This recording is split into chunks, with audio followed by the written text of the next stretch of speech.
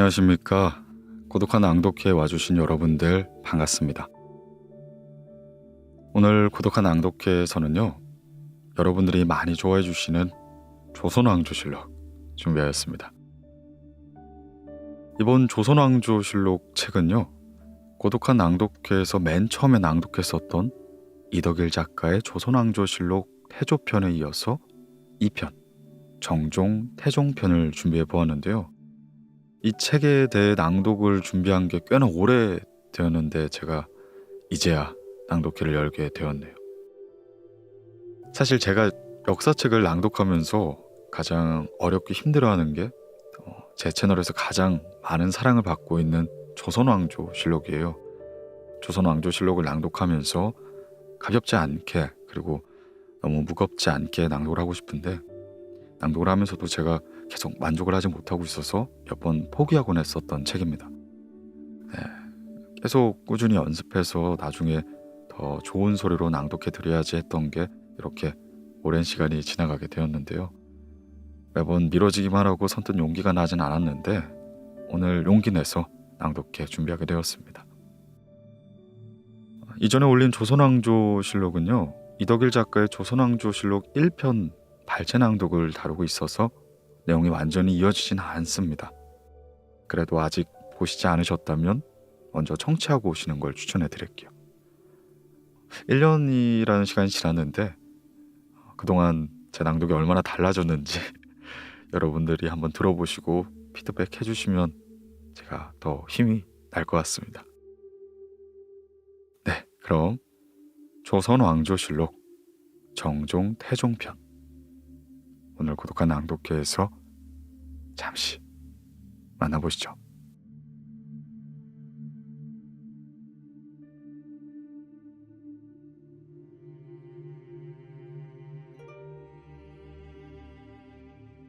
조선왕조실록 정종 태종, 이덕일 지음, 출판사 다산초당.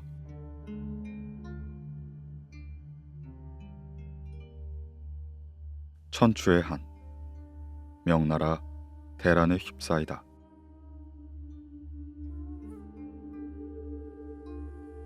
정종 1년 3월, 명나라 요동 동령리에 속해 있던 조선 사람이 도주해 왔다. 요동의 정세가 심상치 않자 조선으로 되돌아온 것이다. 그가 전하는 명나라의 정세는 긴박했다.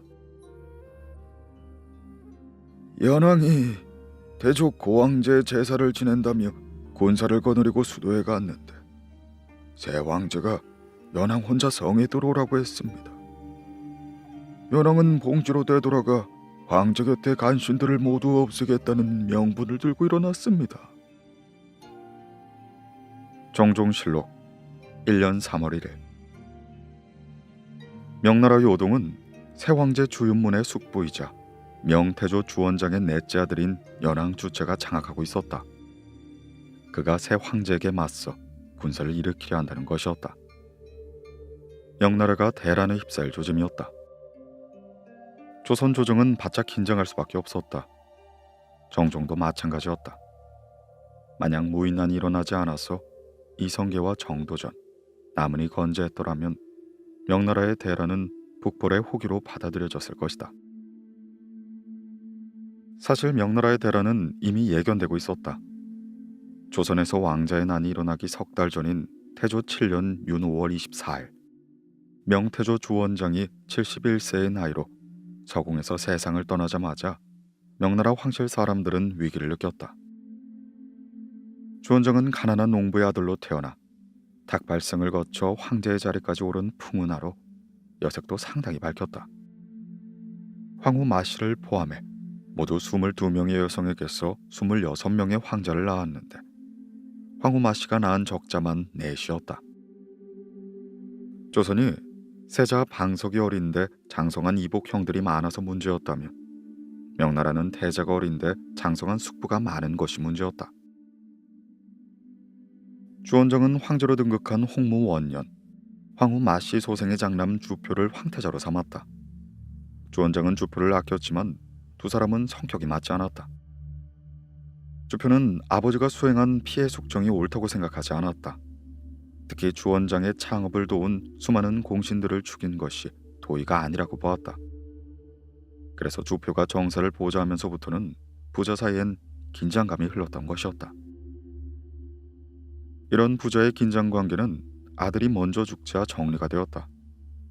조선이 건국한 해인 홍무이 15년, 지방을 시찰하고 돌아오던 황태자 주표가 병에 걸려 38세의 나이로 세상을 떠났다.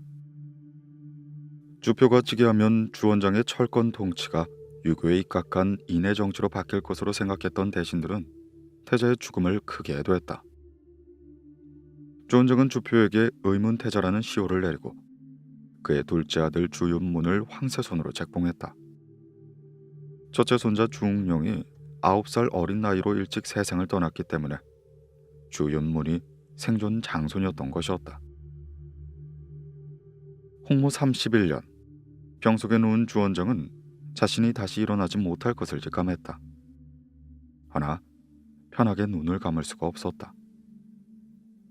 이는 두 가지의 큰 걱정거리가 있었기 때문이었는데, 하나는 조선의 북벌 움직임이었다. 조선이 실제로 북벌을 단행한다면 개국 이래 초유의 위기가 맞게 될 게 분명했다.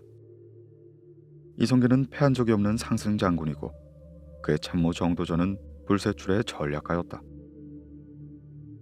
정도전이 요동 여진족 우두머리를 만났다는 정보를 들은 주원장이 끝까지 조선에 그의 압송을 요구한 것이 위기를 사전에 방지하려는 목적이었다. 조선군이 북벌에 나서고 여진족이나 몽골족이 이에 가세하는 최악의 상황이 발생된다면 명나라는 개국 30년 만에 끝장날 수도 있었다. 이러한 생각 때문에 주원장은 편히 눈을 감을 수가 없었다. 또 한 가지의 이유는 장성한 아들들이었다. 어린 황태손 주윤문에게 과연 장성한 숙부들이 복종할지 안심할 수 없었던 것이었다. 26명의 황자들 중에서 넷째 연왕주체가 가장 문제였다. 모두들 오래전부터 장남 주표보다 넷째 주체가 기질적으로 주원장과 훨씬 닮았다 수군거렸다. 만일 주체가 조카 황제에게 불복한 가운데 조선군이 북벌에 나선다면 주원장으로선 상상하기도 싫은 상황이었다. 이에 주원장은 비밀리에 부마인 영국공 매연을 불렀다. 둘째 딸 영국공주의 남편 매연은 16명의 부마 중 그가 가장 신임하는 사이였다. 너는 나이도 있고 충신하니 어린 황제를 부탁할 만하다. 어린 새 황제를 보필하라는 유조였다. 감히 천하를 어기는 자가 있다면 네가 토벌하라. 그가 가장 염두에 두고 있는 사람은 자신의 아들들이었지만 조선의 북벌 또한 큰 걱정거리였다. 할아버지의 뒤를 이어 명나라 2대 황제가 된 해제 주윤문은 주원장이 생전에 무엇을 우려했는지 잘 알고 있었다.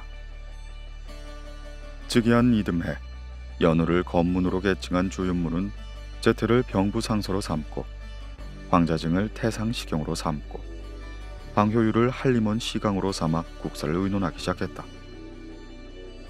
가장 시급하고 중요한 것은 숙부들이 제후로 삼고 있는 번을 철폐하는 삭번 정책이었다. 주원장이 사망하면서 생긴 지방 권력의 공백을 황자들의 번이 담당했다. 이런 연유 때문에 해제 주윤문은 즉위한 초부터 삭번을 단행하기 시작했다. 주원장의 5째 아들 주왕, 12번째 아들 상왕, 7번째 아들 제왕, 13번째 아들 대왕, 18번째 아들 민왕이 맡고 있던 번은 차례대로 철폐되기 시작했다. 가장 큰 문제는 넷째 아들 주체가 장악하고 있는 연왕부였다. 다른 번들은 삭번에 불만을 갖고 있었지만 어쩔 수 없이 받아들일 수밖에 없었다. 모두 황제를 꿈꾸는 황자들이 아니었기 때문이었다. 허나 주체는 이들과는 달랐다.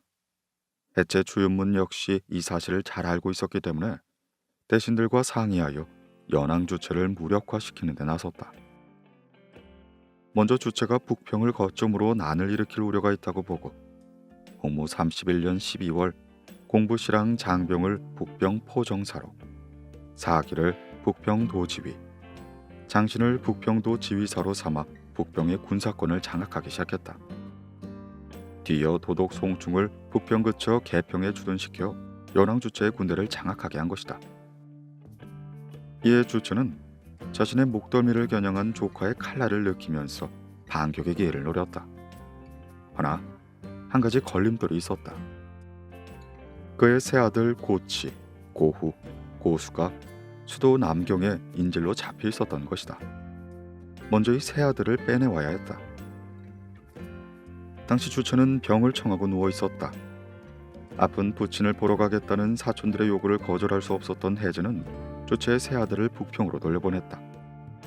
허나 미심적인 구석이 많다 생각한 해제는 연왕부 장사 길성을 금릉으로 불러 연왕부의 사정을 묻기 시작했다. 갈성은 세 왕제의 질문에 솔직하게 답했다. 연왕은 아무런 병이 없습니다. 장차 모반할 것이옵니다. 그의 말에 놀란 해제는 북평 포정사 장병과 도지의 사기 등을 시켜 연왕부를 포위하게 했다. 이때 주체의 참모는 승려 오도연이었다. 주체는 오도연 등과 모의를 거듭한 끝에 장옥, 주병 등에게 날랜 군사 800명을 무장시켜 왕부에 잠복하게 한 뒤에 장병과 사기 등을 불렀다. 연왕부의 무정을 해제시켰으니 들어서 군사를 검열하시오. 연왕부에서 회유하는 말을 믿은 장병과 사기 등이 왕부로 진입하자 주체는 곧바로 매복해뒀던 군사를 시켜 장병과 사기 등을 체포했다. 그리고 주체는 이들에게 호통했다. 아니, 내가 어찌 병이 있겠는가? 일이 이렇게 된 것은 너희 같은 간신배들이 나를 핍박했기 때문이다. 도장수가 끝내 항복하길 거부하자 주체는 그들의 목을 베고 해제에게 붙은 장사 갈성과 노즈는 일가까지 도륙하기 시작했다. 황제의 포위망을 무력화한 주체는 청군 측을 명분으로 군사를 일으켰다. 청군 측이란 임금 주변의 간신을 제거한다는 뜻으로 준추 공양전 정공 13년조에 나오는 말이다. 주체는 해제에게 자신의 행위가 정난이라 주장하는 상소를 올렸다. 정난이란 나라의 위기를 편안하게 평정한다는 뜻이다. 주체는 해제 주변의 재태, 황자증 등의 측근을 황실 지친을 모해한 간신으로 지목하며 처벌을 요구했다. 요동 동령위의 조선 출신 군사가 조선으로 도주해 중원에 대란이 발생할 것임을 예고한 지 넉 달 만인 건문 원년 7월 드디어 양측의 수십만 대군이 사력을 다해 싸우는 3년 내전이 시작된 것이다. 해제는 금릉에서, 주체는 북평에서 각각 군사를 크게 모았다. 연왕 주체는 호락호락하지 않았다. 북평 주변 도시들이 속속 연왕에게 붙었는데 북평 동남쪽 통주가 붙었고 계주, 준화, 미론등이 격파되거나 귀부하기 시작했다. 주체는 만리장성의 주요 관문인 거용관을 격파하고 7월 8일엔 예전에 한나라 낙랑군이 있었던 영평부를 장악했다. 해제는 주체를 응징하는 데 나섰다. 주체를 황실 호적에서 파내어 서인으로 내리고 주원장의 유주를 받은 부마 매은에게 군사를 모집하게 했다. 강소성 회안에 주둔한 매은은 40만 명의 토벌군을 모았다. 뒤이어 영국공 매은은 주체가 보낸 사신을 비형, 즉 코를 베는 형벌로 처벌했다. 이렇듯 명황실 내부 싸움이 서로에 대한 증오로 넘쳐가고 있었다. 만약 이성계와 정도전, 남은 등이 건재했더라면 선조들이 국왕을 수복하라고 하늘이 준 다시 없는 기회로 여겼을 것이다. 주체의 군대가 대거 남아있을 때 조선군을 북상시켰더라면 텅 빈 북경을 장악하는 것 또한 그리 어렵지 않은 일이었을 것이었다. 조선군이 북상하더라도 주체는 군대를 돌릴 수 없었을 것이다. 중원을 두고 사생결단하는 마당에 다시 북경으로 되돌아갈 일은 없지 않은가. 쉽게 말해 요동에서 북평까지는 무주 공산이었다.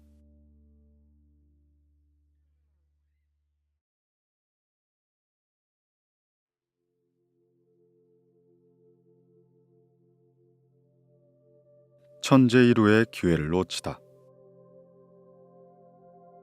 조선에서 주원장의 사망 소식이 전해진 것은 정종 즉위년 10월 3일이다.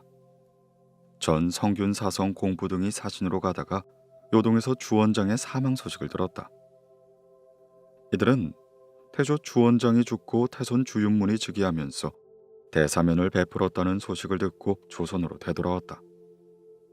명태조 주원장의 사망 소식을 무려 넉 달이나 지난 뒤에 알게 된 것이다. 명나라가 이 소식이 조선에 전해지는 것을 꺼린 탓이었다.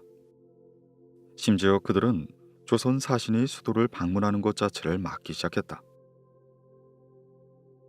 명나라와 조선은 형식상 사대 관계를 맺고 있었다. 조선이 공물을 바치는 조빙사를 보내면 명나라는 그에 답례하는 의미로 회사품을 내려주는 전형적인 조공 외교이자 사대 외교가 이루어지고 있었다. 명나라는 3년에 한 번씩만 사신을 보내라는 3년 1빙을 주장했다. 물론 조선은 그보다 훨씬 자주 사신을 보냈으나 명나라는 이를 굳이 막지 않았다. 그런데 주원장이 사망한 뒤 명나라의 태도는 달라지기 시작했다. 정종 즉위년 11월 30일 조선은 판삼사사 설장수를 계품사로 삼아 김사영, 하룡과 함께 명나라에 보냈다. 사신 일행이 요동 파사포에 이르자 요동 도사가 금릉행을 막았다.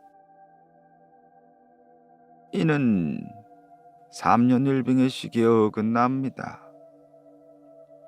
뒤늦게 3년 1병의 원칙을 내세운 것이 조선 사신에게 어수선한 명나라의 내부를 보여주지 않겠다는 의도가 분명했다. 조선의 유학자들은 명나라를 삼국의 나라로 보고 사대했지만 명나라에게 조선은 끊임없이 국왕 회복을 도모하는 동이족 국가일 뿐이었다. 그렇게 설장수는 금릉에 가지 못하고 이듬해 1월 의주로 돌아와 의주에서 좌성조준에게 글을 보내었다. 매년 조빙할 것을 정해 다시 주문을 하든지 아니면 진의하는 진양사로 작연하십시오. 이는 3년 1빙을 매년 조빙으로 바꿔달라고 요청하든지 그렇지 않으면 명태조의 국상을 위로하는 진양사로 바꾸라는 뜻이었다. 진양사는 국상이 났을 때 제문과 장례에 쓰이는 예물인 제패를 가지고 가는 사신을 뜻한다. 정종 즉위년 12월 20일 명나라는 조선에 주원장이 죽었음을 알리는 부음을 전했다. 명나라 사신 진강과 진해 등이 압록강 서쪽에 도착하자 조선의 의주 만우가 마중을 나갔다. 진강 등은 주원장의 부음을 알리는 자문과 이듬해 달력을 전하고는 곧바로 되돌아가려 했다. 삼국의 사신이라고 거들먹거리던 과거의 자세와는 전혀 딴판인 것이었다. 이에 의주 만우가 거듭 청하자 강을 건너와 이틀 밤을 유숙하고는 이내 돌아가기 시작했다. 사망한 지 무려 7개월여 만에 알린 부음이었으니 애써 감추다 마지못해 알렸다고 해도 과언이 아니었다. 정종은 제위 1년 1월 2일 우정승 김사형을 해제의 등극을 할애하는 사신으로 보낸 뒤 9일엔 설장수가 요청한 대로 조빙사의 명칭을 진양사로 바꿔 보냈다. 2달 후인 3월엔 앞서 언급했던 것처럼 조선 사람이 도주해와 명나라에 대란이 일어날 것 같다고 고했다. 이렇게 명나라 내전은 조선 조정에서도 심각하게 논의되기 시작했다. 정종 2년 5월 17일 경연에서 중국 삼국시대의 오나라가 위나라에 항복했을 때 발생했던 문제가 논의됐다.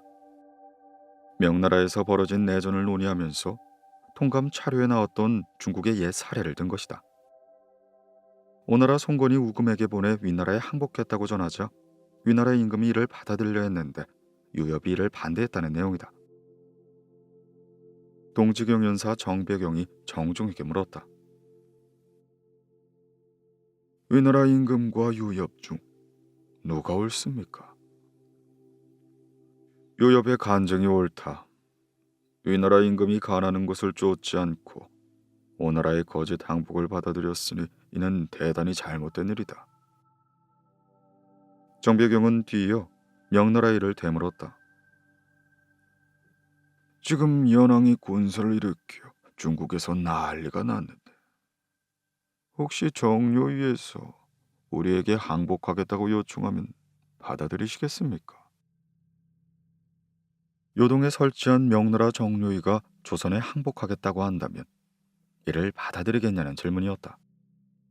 무인난만 일어나지 않았더라면 요동이 저절로 차지할 수 있는 상황이었다. 정종은 항복을 받지 않는 것이 낫다고 말했고 직영연사 권근 역시 이에 동조했다. 만일 연왕이 난을 평정하고 천하를 차지한다면 반드시 우리의 죄를 물을 것입니다. 하오니 그때는 어떻게 대답하겠습니까? 성상의 말씀이 의리에 합당하다고 봅니다. 정종이 동조했다. 경의 말이 옳다. 요동 정료위에서 스스로 항복해도 받아들이지 않겠다는 뜻이었다. 정료위는 홍모 4년 명태조 주원장이 설치한 것으로 요동도사가 관할하는 군정기구였다. 현재 중국에서는 요녕성 요냥시에 요동도사가 다스리는 치소가 있었으며 지금의 요녕성 대부분을 다스렸다고 주장하고 있지만 이는 사실이 아니다. 명나라 주원장과 고려 우왕이 맺은 국경조약이 조선에도 그대로 적용되었는데 그에 따르면 두만강 북쪽 700리 지점의 공엄진과 압록강 북쪽 철령이 국경이었다. 이것보다 더 서쪽에 있는 정로이가 조선에 항복할 경우 어떻게 할 것인가를 논의할 정도로 상황은 매우 조선에게 유리하게 흘러가고 있었다. 말 그대로 천년에 한 번 올까 말까 할 천재 이루의 기회였다. 그러나 기회는 준비된 자만이 잡는 법이다. 조선은 무인난, 즉 1차 왕자의 난으로 그 기회를 스스로 날려버리고 만 것이다.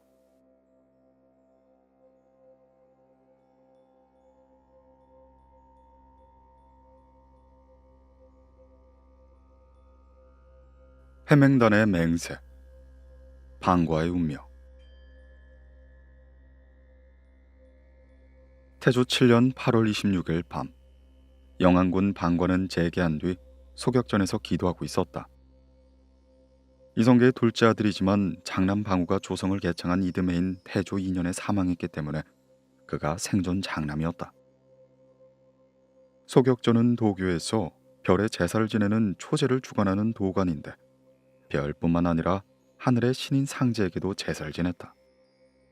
조선은 유교 국가를 표방했지만 성리학이 기승을 부리기 전에는 유교뿐만 아니라 불교와 도교 등을 어우르는 다종교 사회였다. 이날 방가와 다른 형제 일족들은 부왕의 쾌유를 빌기 위해 모두 궁에 모이기 시작했다. 방가와 이간군 방이, 회안군 방간, 정안군 방운 같은 동생들과 여동생 경신공주의 남편 이백경, 경성공주의 남편 신종 등이 경복궁 긍정문 밖 서쪽 행랑에 모여 기도를 올렸다. 신의왕후 한씨의 아들 사이뿐만 아니라 신덕왕후 강씨가 낳은 경순공주의 남편 이재와 태조의 이복 동생인 이화 등도 함께 태조의 쾌유를 빌었는데 불과 몇 시간 후 서로 죽고 죽이는 사륙전이 벌어질 김새는 전혀 찾아볼 수가 없었다. 신시 무렵 방원의 종 김소군이 행랑에 나타나 방원에게 급하게 정가를 전했다. 아이고, 마님께서 갑자기 가슴과 배가 아프셔서 달려와 고합니다. 이에 방원의 숙부 의왕군 이화가 정심함과 소화판을 주며 말하였다. 자, 빨리 가서 병을 치료하게. 방원은 소근이 준비한 말을 타고 집으로 달렸다. 한참 후에 돌아온 방원은 서쪽 행랑에서 방이 방간 등과 함께 이야기를 나누었다. 허나 맏형 방가와는 의논하지 않았다.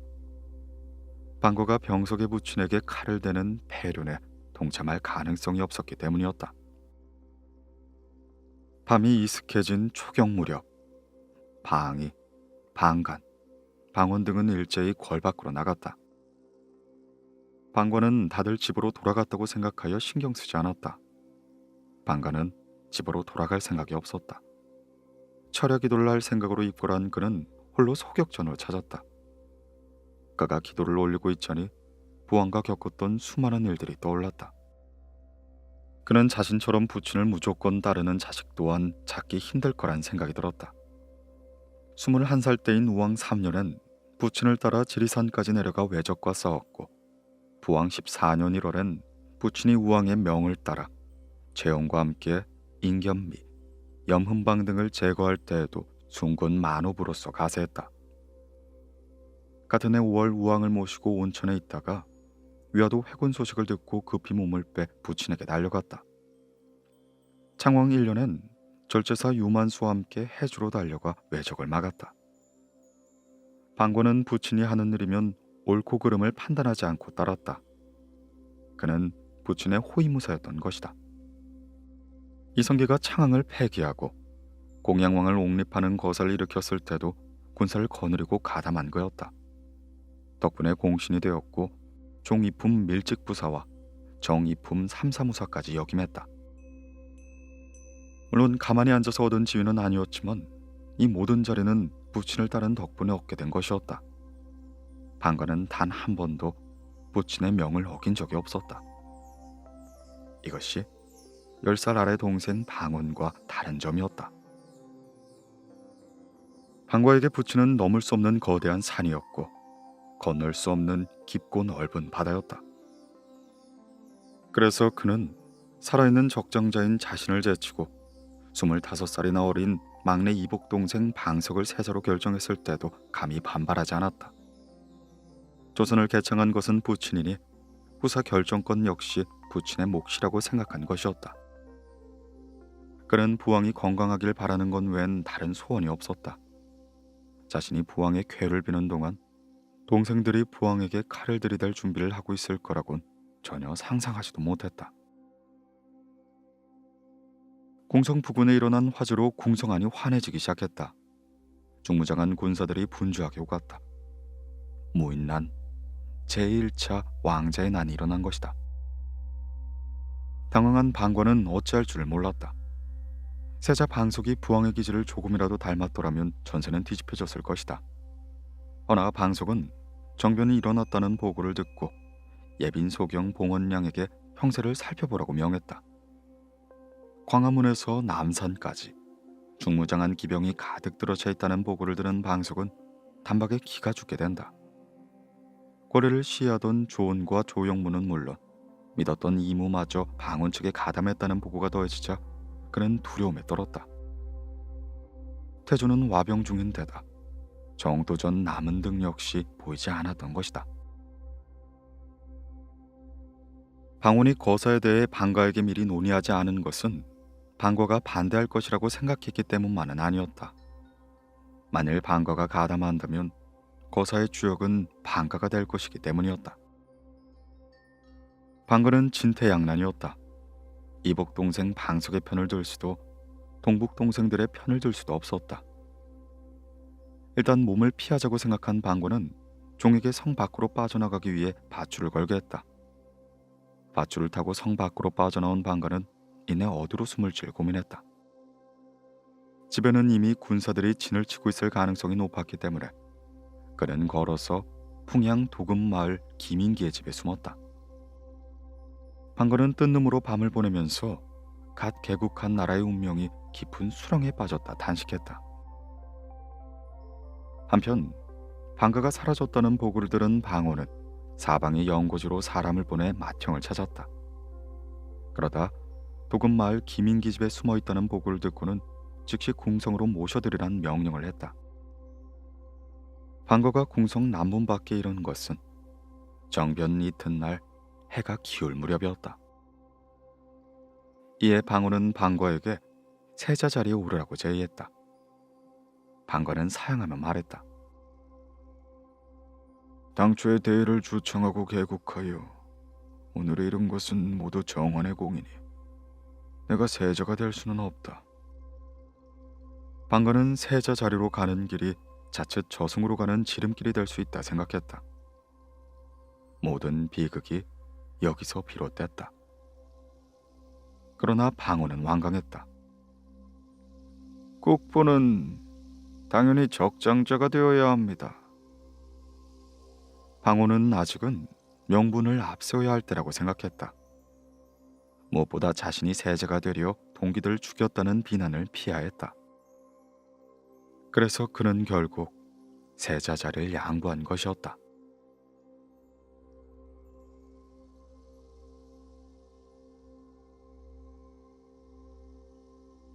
태조 이성계 양위를 결정하다. 태조 7년 8월 27일 아침, 하룻밤 사이에 바뀐 전국에 충격을 받은 건 방가만이 아니었다. 태조 이성계는 더 큰 충격을 받았다. 전유였던 공신들을 잃고 자신이 만든 왕국에서 완전히 힘을 잃었다는 사실을 믿을 수가 없었다. 계속 헛구역질이 났다. 내 목구멍 사이에 무엇인가 걸린 듯 내려가질 않는다. 방원 측에서 곁에 있는 세자 방석을 내보내달라고 요청했다. 유배를 보내겠다는 것이었다. 나가도 무엇이 해롭겠는가. 태조실록에는 이성계가 이를 허락했다고 전한다. 물론 실제로 그랬는지 여부는 알 수가 없다. 방석이 울면서 하직을 구하자 방석에 보인 현빈 유씨가 옷자락을 당기며 통곡하기 시작했다. 방석은 유씨의 손길을 뿌리치고 궁성 서문 밖으로 나갔다. 유배지로 가는 줄 알고 나선 길이었다. 그러나 방석은 유배지에 닿지 못할 운명이었다. 이성계의 사돈 이거이, 백경 부자와 방원의 동서인 조박 등이 중도에 사람을 시켜 죽여버렸기 때문이었다. 방석의 동북형인 방본의 운명 역시 마찬가지였다. 강화도 부근 통진으로 향하는 유배길에 오른 방본이 양어도 건너 도승간에 유숙할 때 방간과 이백경 등이 사람을 보내 그를 죽인 것이었다. 그뿐만이 아니었다. 방원은 경순공주의 남편 이제까지 죽였다.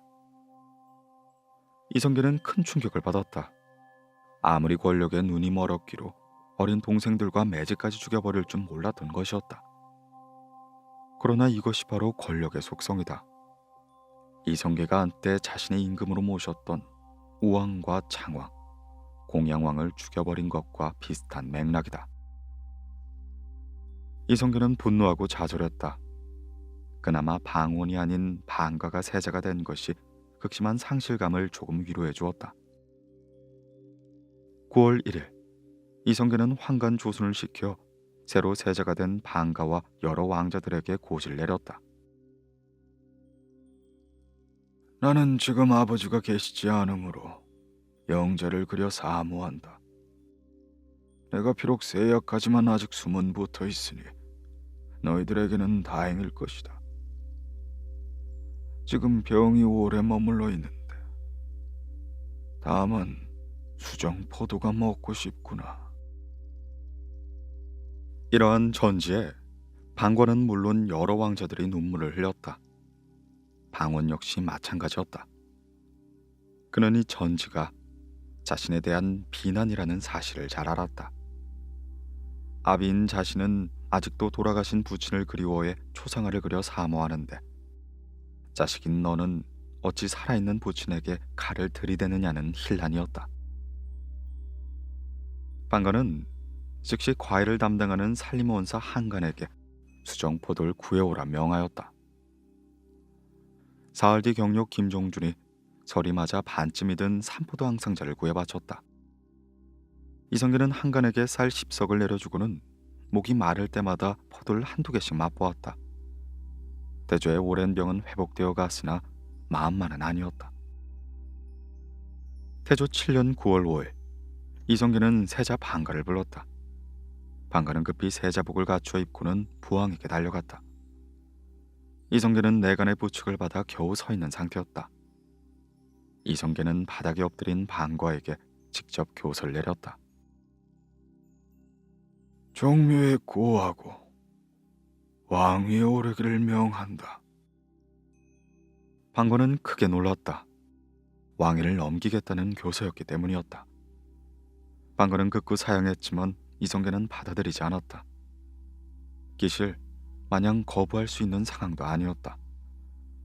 이성계는 이미 종이호랑이나 다름이 없었고 이는 자신 또한 마찬가지였다.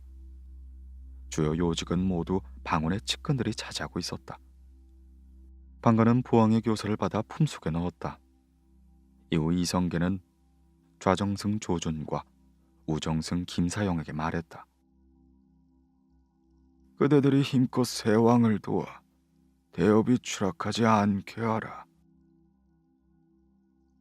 이성계는 방과, 즉 정종에게 국세를 내주었다. 좌정승과 우정승이 전국부를 받들고 인도하는 가운데 도승지 이문화가 방과를 모시고 긍정정으로 향했다. 방과는 즉위복인 면류복으로 바꿔 입고는 왕이 올라 이름을 경이라고 고쳤다. 즉위식을 마친 방과는 백간을 거느리고 이성계를 찾아뵌 뒤 상왕이라는 존호를 올리기 시작했다. 이렇게 정종의 시대가 열렸다. 이성계가 적정자라고 부른 것처럼 42세의 방과는 이성계의 살아있는 맞이였다. 가슴에 깊은 상처를 입은 이성계는 그나마 방과에게 왕위를 물려줄 수 있는 것을 이내 다행으로 여겼다. 방과에게 왕위를 물려주기 전 병석의 이성계는 영삼사사 심덕부를 태무에 보냈다. 조선을 개창한 후 국왕으로 추존한 목조, 익조, 도조, 환조 4조의 신주를 모신 종묘는 태조 4년 완성됐다. 이성계는 새 왕조를 개창할 수 있었던 것이 자신의 능력 때문이 아니라 전주 시절의 목조 이한사부터 동국면에 붙인 환조 이자춘에 이르기까지 여러 조상들의 음덕 덕분이라고 여겼다. 그리하여 왕위에 물려난다는 사실을 고하기 위해 심덕부를 태묘에 보낸 것이었다. 왕세자 이방과는 몸이 적장에 처져 있고 일찍부터 인효를 나타냈습니다. 또한 개국 초기에 도운 일이 많았으므로 이에 왕위에 오르기를 명하여 효사를 써 받들게 하니 감히 이를 밝게 고합니다. 태조실록 7년 9월 5일 이성계는 판삼사사 설장수와 예조전서 김을상을 금릉으로 보내 명나라에게도 왕위 사실을 알렸다. 이성계가 전격적으로 왕이 한 데는 중요한 포석이 있었다. 새 왕조를 개창한 지 6년 2개월. 이성계의 나이는 벌써 63이었다. 따라서 자신이 살아있을 때 방가의 왕위를 튼튼히 만들어 방위의 즉위를 막으려고 한 것이었다. 자신에게 칼을 들이댄 자식, 동기들을 죽여버린 폐륜아가 자신이 세운 왕국을 차지하는 것만은 눈뜨고 볼 수 없었다.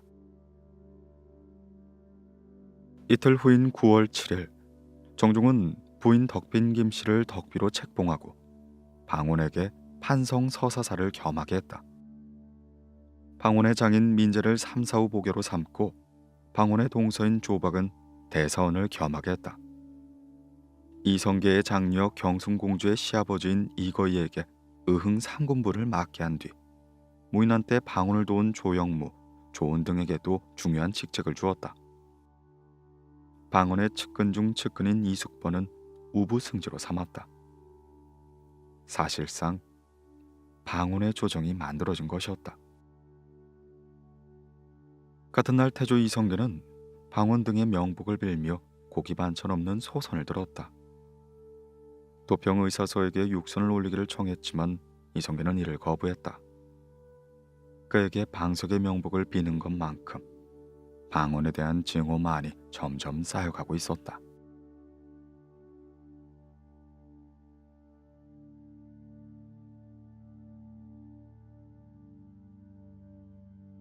정사공신의 탄생. 정종 즉위년 10월 9일 정종은 공신들과 함께 회맹단으로 나아갔다. 태조 7년 9월 5일 이성계의 양의로 임금자리에 오른 지 한 달 남짓 흐른 뒤였다. 그는 1차 왕자의 난 때 공을 세운 29명의 공신들과 회맹하기 위해서였다.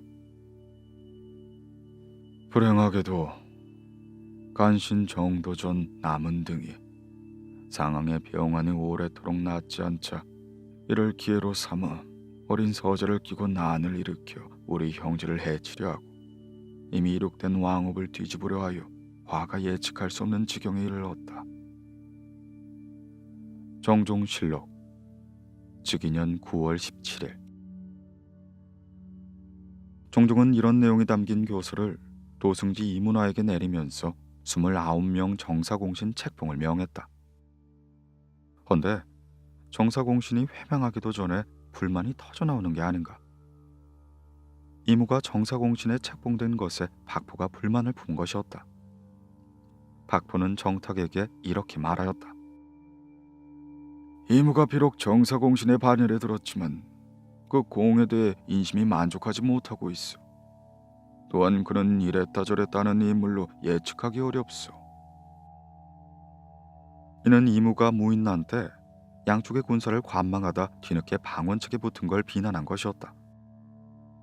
이 말이 조영무와 방원의 귀에 들어가자 정종은 9월 12일 정탁을 청주에, 박포를 죽주에 유배 보내기 시작했다. 정사 2등 공신인 정탁과 박포는 곧 유배가 풀려 돌아왔지만 공신들이 미처 회맹하기도 전에 조정은 분열된 셈인 것이다. 이러한 소동을 겪은 뒤 정종은 10월 9일 정사 공신들과 함께 회맹단으로 나아가 황천 후토, 종묘 사직, 산천 백신의 영에게 맹약하는 회맹을 치렀다. 공신들은 회맹문을 낭독했다.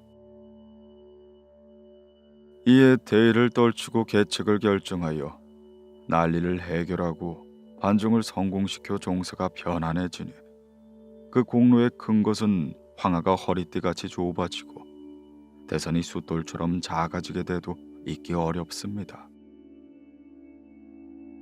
정종실록 1년 10월 9일 1등 공신은 이화, 방희, 방간, 방원과 태조의 장녀 경신공주의 남편 이백경, 조준, 김사용, 이무, 조박, 하륜, 이백경에 붙인 이거이, 조영무 등 12명이다. 이자란과 조온, 박포, 정탁, 이천우, 이숙번, 신극래와 방원의 처남 민무구, 무질 등 17명은 2등 공신이었다. 1등 공신에게는 각각 전지 200결과 노비 25명 등이 지급되었고 2등 공신에게는 전지 150결과 노비 15명 등이 지급되었다. 이 토지는 자식들에게 세습이 가능했다. 개국 공신 중 백응념과 조조는 전지 220결과 노비 30명, 정도정과 남은 등은 전지 200결과 노비 25명을 받았으니 개국 공신에 준하는 포상을 받은 것이다. 6년 전인 태조 1년 9월 28일 개국 공신 등은 왕룡동에 모여 우리 자손에 이르기까지 대대로 이 맹약을 지킬 것이라 굳건히 맹세했지만 자손은커녕 당대에 서로 원수가 되어 창칼을 휘두른 것이다. 29명의 정사공신 중 과반수에 가까운 13명은 개국 공신이었는데 개국 1등 공신인 조준, 이화, 김사용, 조박 등은 정사공신 1등에 거듭 보응해졌지만 같은 개국 1등 공신이라고 해도 정도정과 남은 3등 공신인 심효생들은 이들에 의해 불기에 객이되었다. 이 회맹은 개국 시조 이성계의 극도의 좌절과 분노 위에서 치러진 잔치였다. 이성계는 방석과 방번, 이제를 기리기 위해 고기 반찬을 몰리고 사제를 털어 해인사의 대장경을 인쇄하게 했다. 비명에 간 두 아들과 사이의 명복을 빌기 위함이었다. 이성계가 분노하고 좌절한 것은 단순히 사랑하는 자식들이 죽임을 당했기 때문만은 아니었다. 자신의 마지막 과업이라고 생각한 대제국의 꿈이 방언에 의해 좌절된 것이 큰 상처가 된 것이다. 무인난이 발발하기 6개월 전인 제위 7년 2월 16일 이성계는 진양이 우거하고 있는 유국 산남한 온사도 일행에게 식량과 의복을 하사했다. 지금의 오키나와를 지배하던 산남한 온사도는 중상왕에게 쫓겨나 수하들과 함께 조선으로 망명했다. 이성계는 조회 때 온사도를 불러 몇 번 만나기도 했다. 북벌에 성공했으면 유구국 또한 조선의 속국이 될 수 있었다. 그런데 방언이 일으킨 왕제의 난으로 이 모든 과업이 하루아침에 물거품이 되어버린 것이었다. 이에 크게 상심한 온사도는 회맹 직후인 10월 15일 죽어버리고 만다. 그런데 정종의 속내는 알 수가 없었다. 12월 16일엔 전라도 담양군을 담양부로 승격시켰는데 덕비에 외가가 있는 고을이라는 이유에서였다. 다음 날에는 정종의 첩인 유씨를 후궁으로 맞아들였다. 유씨는 대선 조박 집안의 누이 동생이었다. 정종이 유씨를 입궁시키자 방원 측은 크게 긴장했다. 유씨에겐 불로라는 아들이 있었는데 그는 죽주에 살고 있었다. 그런데 조박이 정종에게 모자를 함께 입궁시켜야 한다고 주청한 것이다. 정종은 유씨를 입궁시켜 가이용주로 삼고 그의 아들 불로를 원자로 일컬었다. 불로가 자기 아들임을 인정한 것이다. 원자란 세자로 책봉되기 전 단계의 호칭으로 자칫하면 그가 세자가 될 수도 있었다. 그런 불로를 궁으로 불러들인 인물이 다름 아닌 정사공신의 조박인 것이다. 우부승지 이숙번이 자신의 측근과 함께 방언의 사저로 급히 방문한 것이 바로 이 때문이었다. 방언은 이숙번을 침실로 불렀다. 사직을 안정시킨 지 몇 달이 되지 않았는데 조박은 공이 가까운 인척인데도 그 마음이 조금 변하였으니 나머지 사람의 마음도 알 수가 없을 겁니다. 공께서는 스스로 편안하게 할 계책을 깊이 생각하시고 군사의 방비마저 해이해져서는 안 될 것입니다. 군사의 방비를 엄하게 해야 한다는 말에 방언은 이렇게 말하였다. 너희들은 보기가 부족하여 이런 말을 하는 것인가? 이숙번이 대답했다. 보기가 부족해서가 아닙니다. 우리들 한두 명의 시복이 목숨을 돌아보지 않고 사직을 급하게 안정시킨 것은 모두 공을 임금으로 주대하기 위함이었습니다. 지금 원자라고 일컫는 자가 궁중에 들어와 있는데 우리들이 감히 알 바가 아니겠습니까? 공께서 만약 우리의 말을 듣지 않으신다면 반드시 후회할 것입니다. 나는 필부에 불과하니 도망갈 수 있다지만 공은 매우 귀하신 몸이시니 장차 어디로 가시겠습니까? 방우는 아무런 대답도 할 수가 없었다. 무엇보다 세자가 없는 것이 문제였다. 실제로 정종이 불로를 세자로 책봉하겠다고 나설 경우 방훈이 할 수 있는 일은 다시 군사를 일으키는 것밖에 없었다. 결코 쉽지 않은 일이었다. 정종은 이성계의 적장자였다. 게다가 방언의 동서인 조박 역시 정종에게 줄을 선 듯 기미가 보였다. 조박은 방언과 동서지간일 뿐만 아니라 개국 1등, 정사 1등의 겹공신이었다. 그런 조박이 정종 편에 선다면 그 여파는 작지 않을 게 분명했다. 이때의 방언은 정종의 속내가 무엇인지 경계하지 않을 수가 없었다.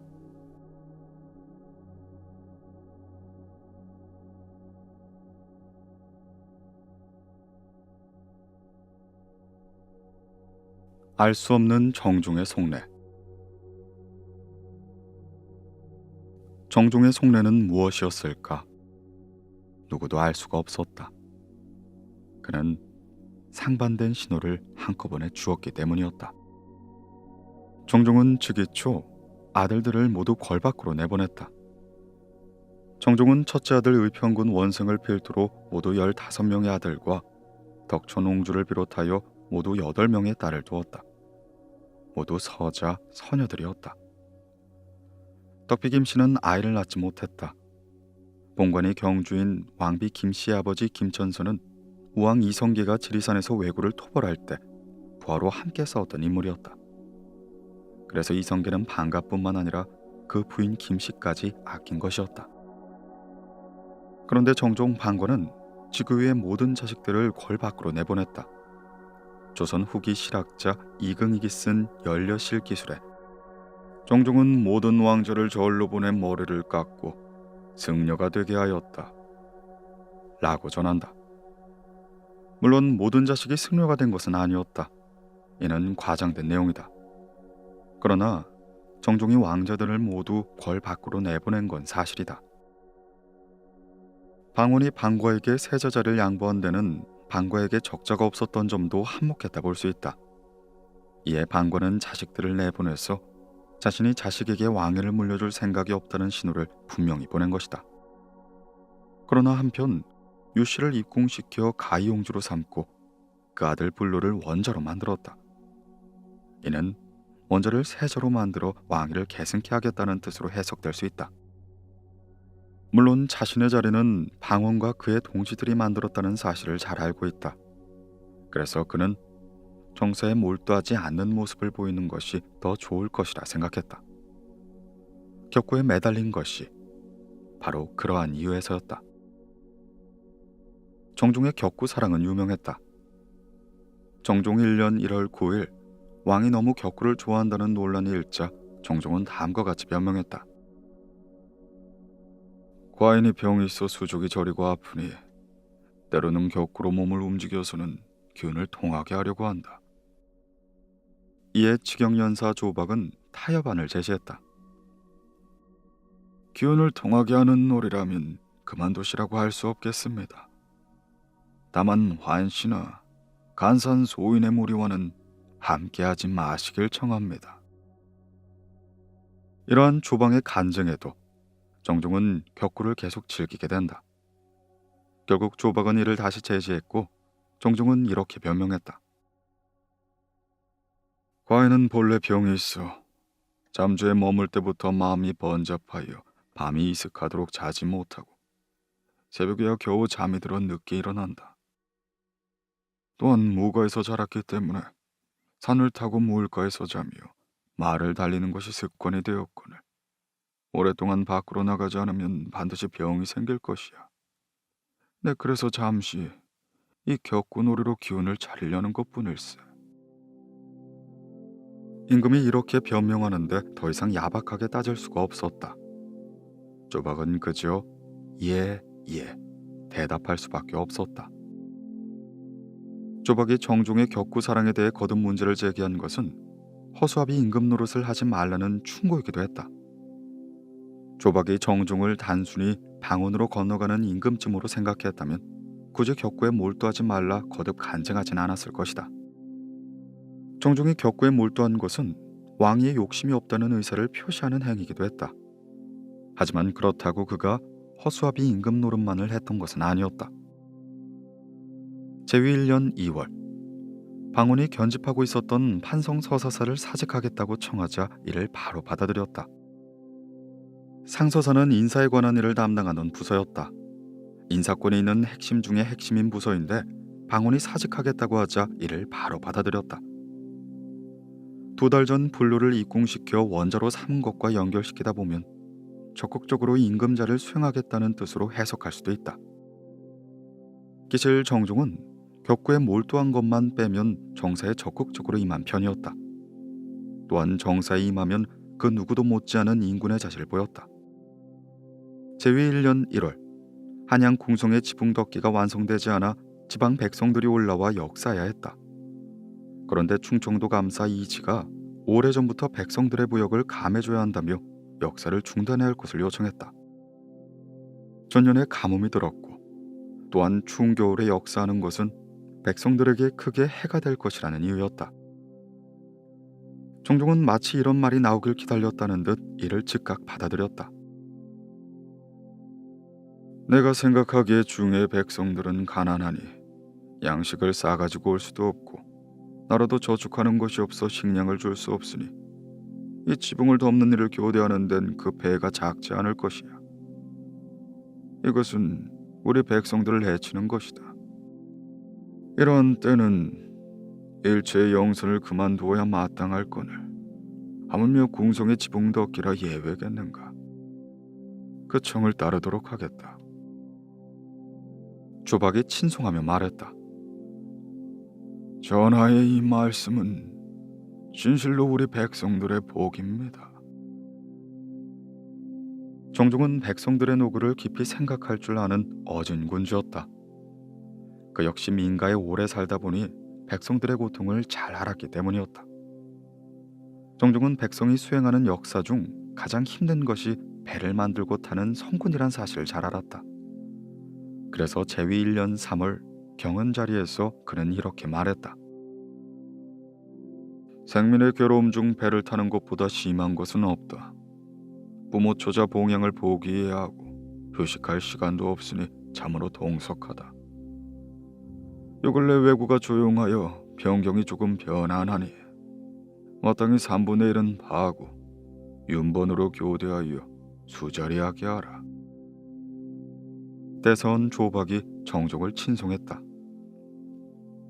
전하께서 소위 간식을 하시면서 백성을 편안하게 하시는 것만 염려하시니 신들은 기품을 이기지 못하겠습니다.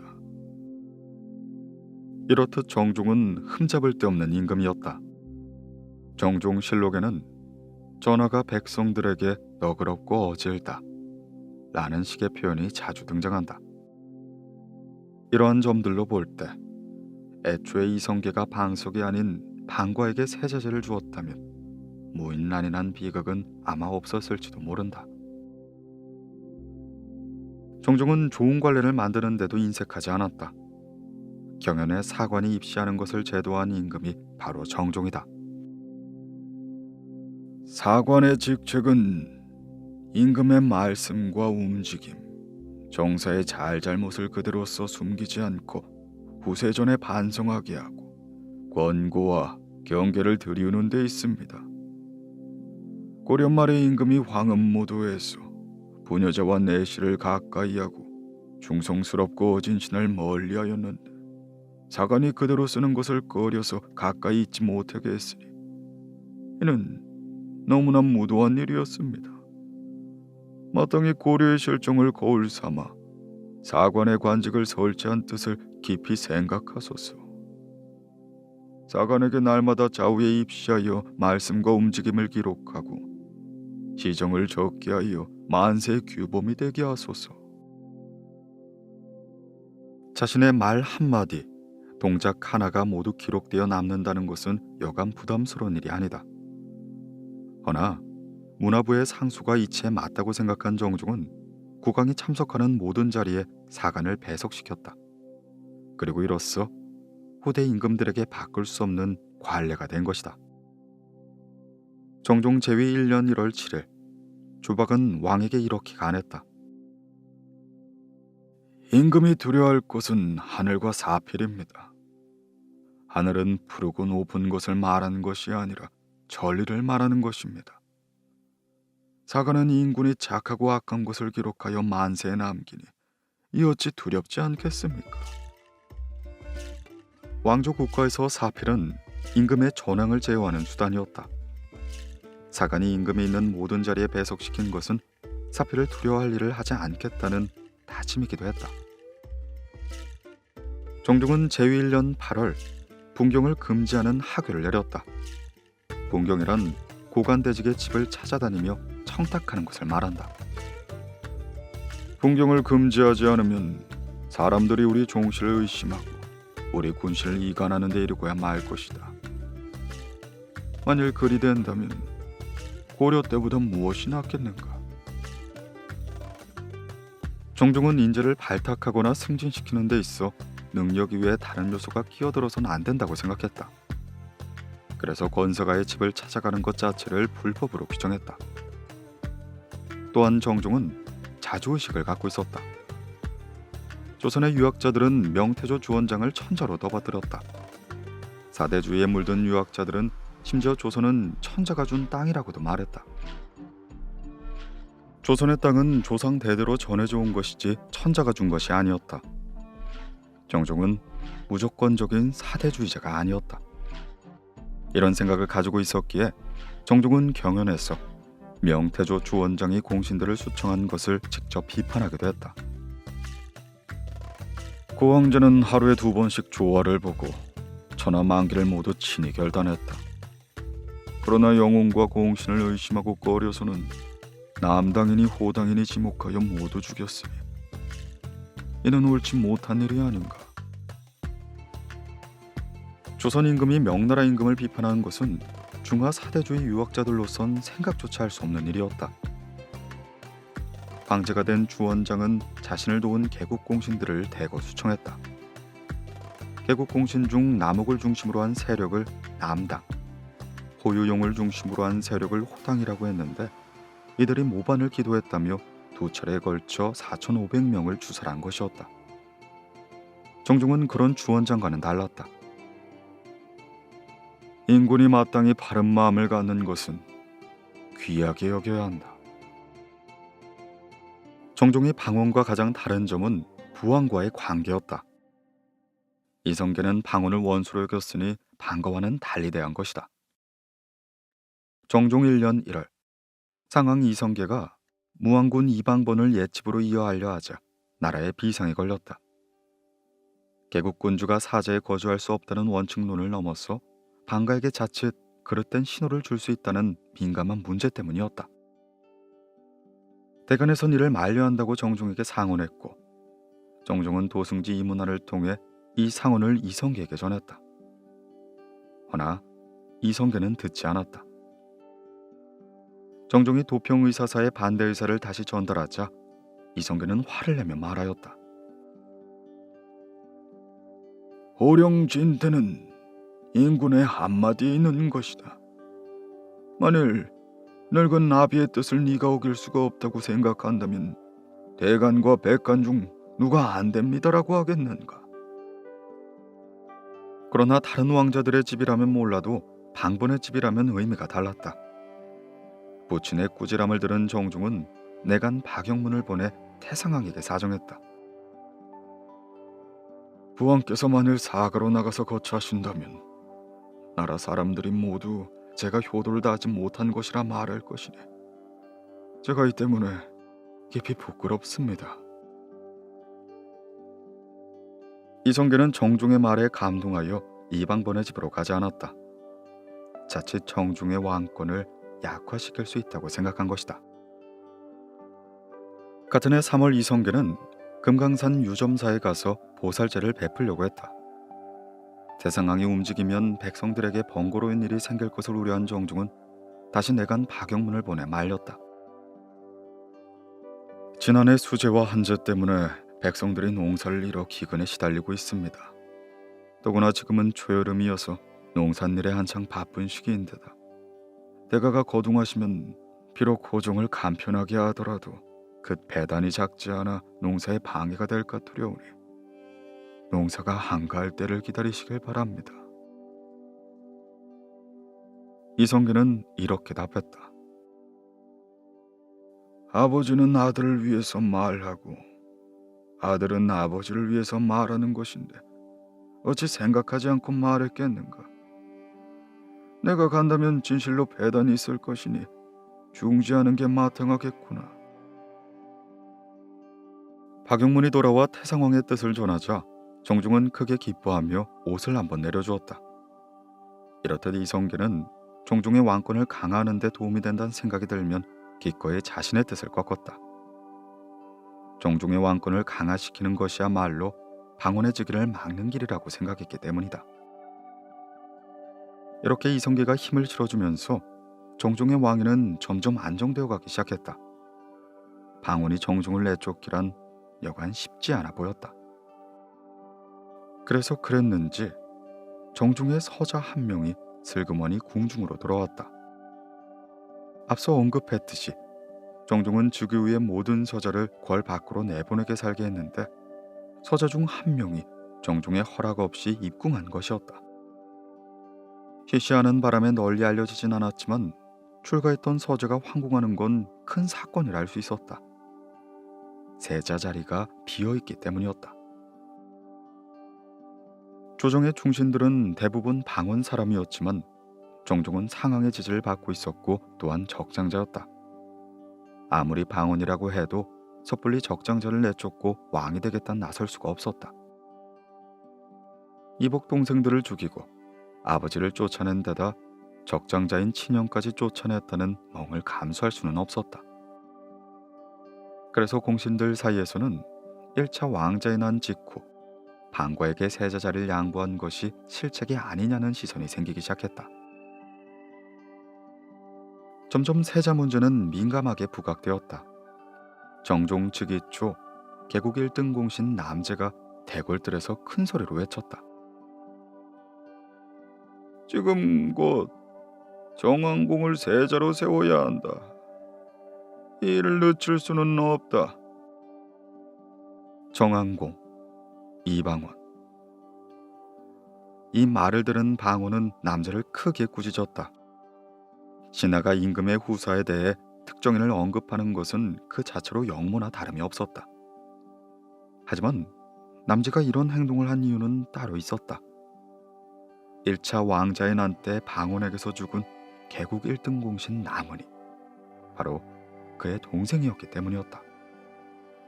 자신은 동생과 달리 방원을 지지한다는 뜻을 밝혀 생존을 도모하려는 의도였다. 이 때문인지 남자는 1차 왕자의 난 이후 남은의 연루자로 낙인 찍혀 유배되었지만 무혐의로 풀려나게 된다. 점점 정종의 후사 문제를 둘러싼 그림자가 공중에 깊게 드리워지고 있었다.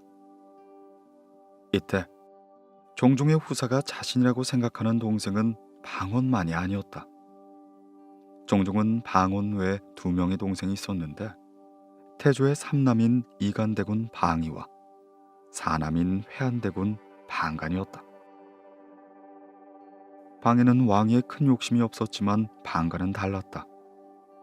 그는 형인 자신을 제치고 방원이 전국을 주도하는 것에 큰 불만이 있었다.